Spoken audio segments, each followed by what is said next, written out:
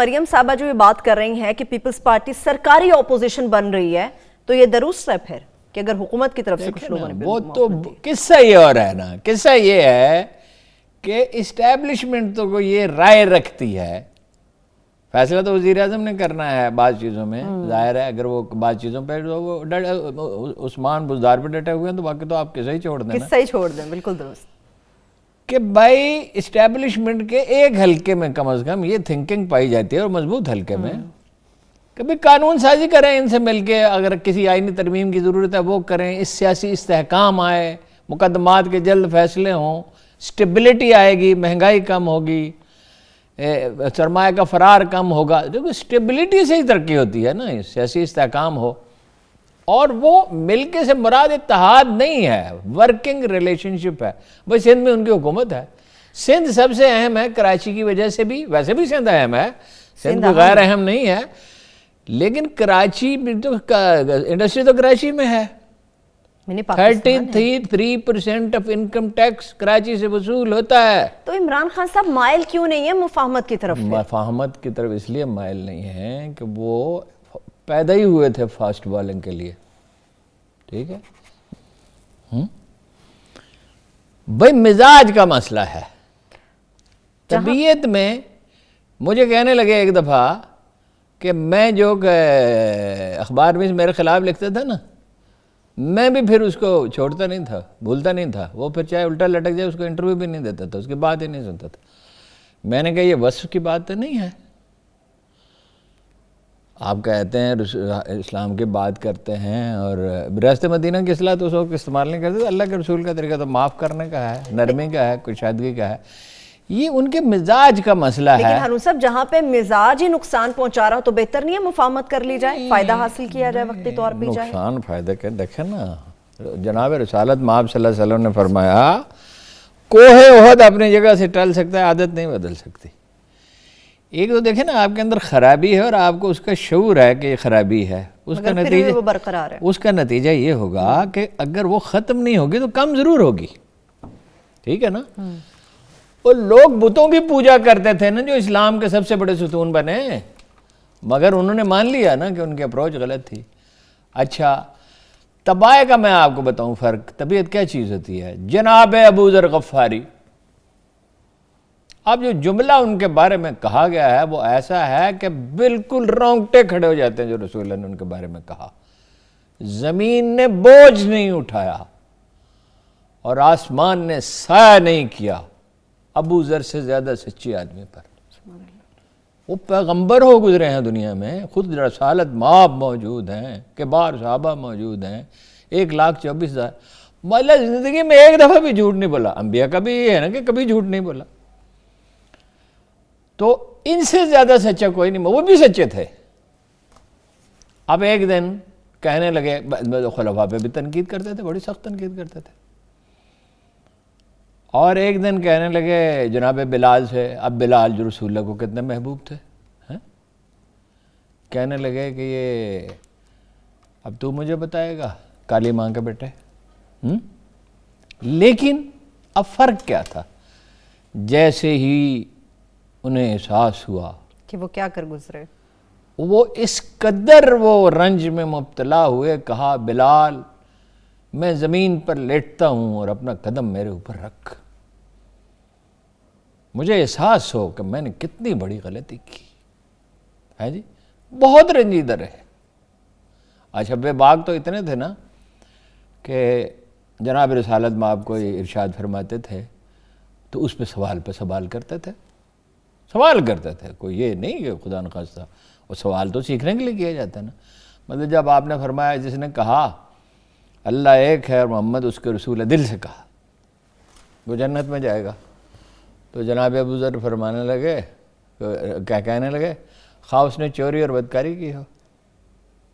آپ نے فرمایا ہاں، مطلب کی ہو سے مراد یہ نہیں کہ کرتا رہے ہے، مطلب غلطی کی، چوری کی، اللہ سے معافی مانگے، اس کی تلافی کرے۔ دوسری دفعہ پھر کہا یا رسول اللہ خواہ اس نے چوری اور بدکاری کی ہو، تو آپ نے فرمایا ہاں خواہ ابو ذر کو کتنا ہی ناگوار ہو۔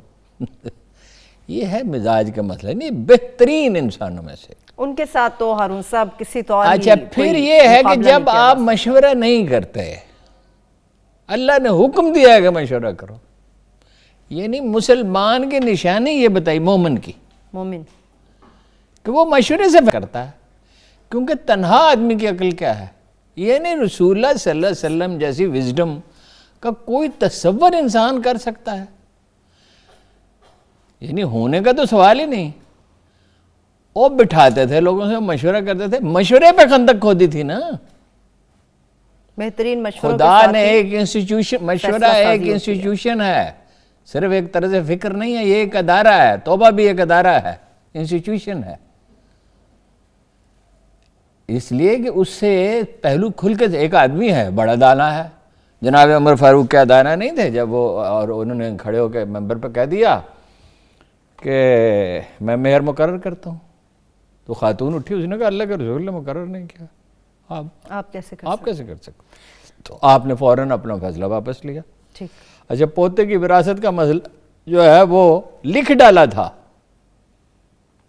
لکھ دیا تھا، لکھ، صرف زبانی نہیں، پھر اسے واپس لیا، کہا کہ میں سمجھتا ہوں کہ درست نہیں ہے۔ لائق سے لائق لوگ بھی، قائد اعظم سلٹ سے لے کے چترال تک لوگوں سے مشورہ کرتے پڑتے تھے، نوجوانوں سے، وکیلوں سے، سیاسی کارکنوں سے، ایک جگہ۔ وہ تو 1930 میں انہوں نے تو نہیں کہا تھا کہ دو آزاد ملک بننے چاہیے مسلمانوں کے، خود کو عقل کل نہیں سمجھتے تھے، عقل کل نہیں سمجھتے تھے۔ ایک بریک لے لیتے ہیں۔ کوئی بھی شخص جو دانا ہے خود کو عقل کل سمجھ سکتا ہی نہیں، بلکہ عقل مند بھی نہیں سمجھتا، وہ اپنے آپ کو طالب علم سمجھتا۔ پھر آخر کس انجام کو پہنچا؟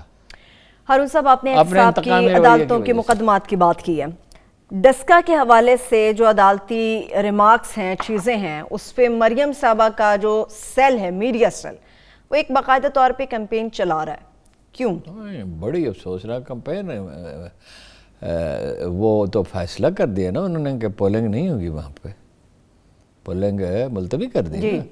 اور یہ جناب جسٹس عطا بندیال نے کہا کہ چند پولنگ اسٹیشنوں کا مسئلہ ہے تو پورے حلقے میں کیسے ری پولنگ ہو سکتی ہے، اور فائرنگ بھی، یہ بھی کہا ایک جج نے غالباً انہی نے، کہ فائرنگ تو نون لیگ پہ بھی الزام ہے کہ اس نے بھی کی۔ جی ایسا ہی ہے بالکل۔ اب جو وہ کریکٹر اسیسینیشن کمپین ہو رہی ہے ججوں کی، وہ ان اکاؤنٹ سے ہو رہی ہے جن کی مریم براہ راست نگرانی کرتی ہے، میں ذمہ داری سے کہہ رہا ہوں۔ اچھا ایک دن ایک عدالت انہیں ضمانت دیتی ہے، وہ فیصلہ ٹھیک ہے، اور دوسرے دن عدالت ایک دوسرا فیصلہ دیتی ہے جو ان کے حق میں نہیں جاتا۔ بھائی ایک فیصلہ آپ کے حق میں گیا، وہ بالکل جج اچھے ہیں، ٹھیک ہیں اور درست ہیں اور انصاف ہے۔ وہ تو جب زبیر صاحب نے یہ کہہ دیا، زبیر عمر نے، کہ نواز شریف اس لیے ملک سے باہر نہیں گیا کہ وہ بیمار تھا، حالانکہ ہفتوں مہینوں چیختے رہے کہ بیمار گر گئے ہیں اور یہ ہے اور وہ ہے، وہ تو اس لیے نہیں آ رہا کہ یہاں انہیں انصاف مل نہیں سکتا۔ انصاف اصل میں تب ان کے خیال میں انصاف یہ ہے کہ نواز شریف صاحب کو پورا اختیار ہو ججوں کے تقرر کا، وہ خود ہی جج مقرر کریں۔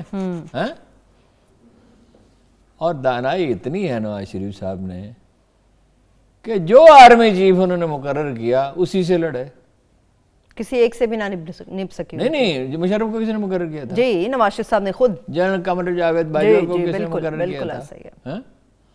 اور اور بھی کتنے 3-4 چیف انہوں نے مقرر کیے، ہر ایک سے وہ ناراض ہو جاتے تھے، اور ہر ایک سے یہ من مانی ہے، انوکھا لاڈلا کھیلن کو مانگے چاند۔ دنیا آپ زندگی سے مفاہمت کرتے ہیں، زندگی آپ سے مفاہمت نہیں کرتی۔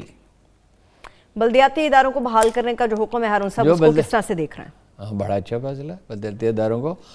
دیکھیے خان صاحب برطانیہ کی بار بار مثال دیتے تھے، بلدیاتی اداروں پہ بڑا زور دیتے تھے، ریفارمز کی بھی بڑی بات کرتے تھے۔ اچھا تو بھائی ریفارمز کی بھی کرتے تھے۔ دیکھیے بلدیاتی ادارے جو ہیں وہ ٹھیک ہے کہ بھائی حکومت کا جزوی طور پر نون لیگ کا وہ رسوخ بڑھ جائے گا، ویسے تو بلدیاتی اداروں کا سب سے بڑا لطیفہ تو یہ ہے کہ نون لیگ تو کرانے نہیں چاہتی تھی، سپریم کورٹ کے حکم پہ کرائے، کرانے کے بعد 1 سال انہیں حلف نہیں دیا۔ اب یہ 9 مہینے کا معاملہ، اس کو برداشت کریں۔ میرا یہ خیال ہے کہ دیکھیے ان کو پیسے چاہیے ہوتے ہیں نا، حکومت سے لینا نا پیسے، تو وہ ایسا کوئی طوفان نہیں کھڑا کر دیں گے، وہ نیچے تک جانے نہیں دیتے ہارون صاحب۔ یہ معاملہ پورا پیسوں کا، جتنے بھی ترقیاتی چیزیں ہوتی ہیں کروانی چاہیے، MNAs تو نیچے وہ تک اپنی جگہ ایک مسئلہ ہے، لیکن بلدیاتی اداروں کے بغیر جمہوریت ہے کیا؟ بالکل یہ تو آئین میں لکھا ہوا ہے نا، یہ تو آئین میں لکھا ہوا ہے نا، مرکزی حکومت، صوبائی حکومت اور بلدیاتی ادارے. دیکھیں کراچی کا یہ حال ہوتا ہی نا اگر بلدیاتی ادارے فعال ہوتے. جب نعمت اللہ خان تھے اور مصطفیٰ کمال تھے تو کراچی کیوں ترقی کر رہا تھا؟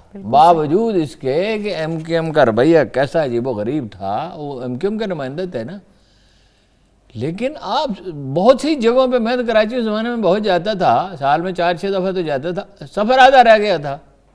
اتنے اوور ہیڈ برج بن گئے اور اتنے انڈر پاس بن گئے، سگنل ختم ہو گیا بہت سی سڑکوں پہ، اور اتنا بڑا شہر پاکستان. آج میں ایک جگہ گیا مارکیٹ میں، کسی چھوٹے سے کام کے لیے گیا، اور اتنا وقت ضائع ہوا کہ میں دنگ رہ گیا. کیا وجہ ہے؟ کوئی یعنی آپ کام کر ہی نہیں رہے. میں آپ کو اس پہ خبر بھی ایک دیتا ہوں. جو ہسپتال بننا تھا لاہور میں، اس کی زمین تک ایکوائر نہیں کی، اس کی کاغذی کارروائی نہیں کی. جو اوور ہیڈ برج بننا تھے اور فلائی اوور بننا تھے اور جو انڈر پاس بننا تھے وہ نہیں بن رہے. $750 ملین کی غیر ملکی امداد ہے. اچھا، بجٹ کا حصہ تھی پنجاب کے، جو ترقیاتی منصوبے پہ خرچ ہونی تھی. آج کیا؟ آج مارچ کا آخری ہفتہ ہے، اپریل شروع ہونے والا ہے، اس میں سے صرف 150 ملین خرچ ہوئے ہیں. او بھائی 750 ملین پورے خرچ ہونے چاہیے، یعنی اب تک 700 تو ہو چکے ہیں. $600 کہاں گئے؟ 6.5 نہیں موجود تو ہیں بھائی. وہ خرچ ہو رہے ہوتے تو ملازمتیں پیدا ہوتی ہیں، ترقیاتی عمل ہوتا. حکومت وجہ حکومت بھی ہے. عثمان بزدار سے آپ کیا امید رکھتے ہیں؟ وہ مجھے اتنا پتا ہے. اچھا پھر سول سروس جو تعاون نہیں کر رہی، اور سوار ایسا کہ گھوڑے پہ بیٹھنا نہیں آتا. ہم اپنی ذاتی زندگیاں جی رہے ہیں، ملک کے لیے نہیں کوئی جی رہا. ہر ایک کا یہی آ رہا ہے. کارخانہ دار اپنے منافع کی فکر میں ہے، اور سیاستدان اپنے ذاتی مفاد کی فکر میں ہے. اور پھر سب سے بڑھ کر یہ کہ ایسی تلخی گھولتے ہیں فضا میں کہ عدم استحکام پیدا ہوتا ہے، بے یقینی پیدا ہوتی. اب یہ شوگر ملوں کی خبر جس طرح آئی ہے، کیا اس طرح آنی چاہیے تھی؟ چلے میں اس پہ بات کیا سارے کے سارے لوگ ذمہ دار ہیں شوگر ملوں والے؟